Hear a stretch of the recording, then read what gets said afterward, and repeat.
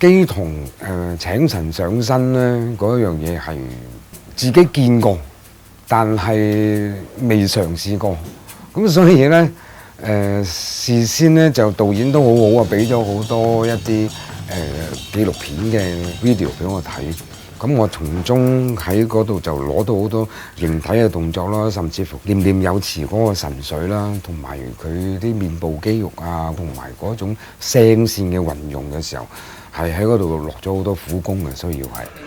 佢用墮胎放空神。最後嗰下我先做。係啊！我好感恩佢哋咁遠水路請我嚟演呢個角色咯，因為導演佢俾咗劇本我睇嘅時候，我睇完已經好中意。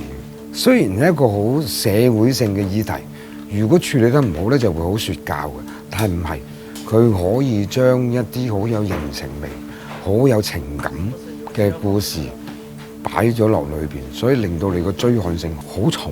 我估佢一定係相信我可以演得到呢個角色。所以先至咁遠水路請我嚟。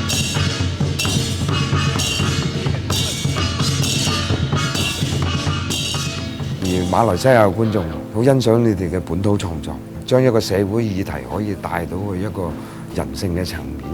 我諗無論咩片種都好啦，我覺得如果係一個好嘅電影咧，係值得我哋入場去觀看嘅。所以希望我哋香港嘅觀眾都加油，入場支持搖籃梵世。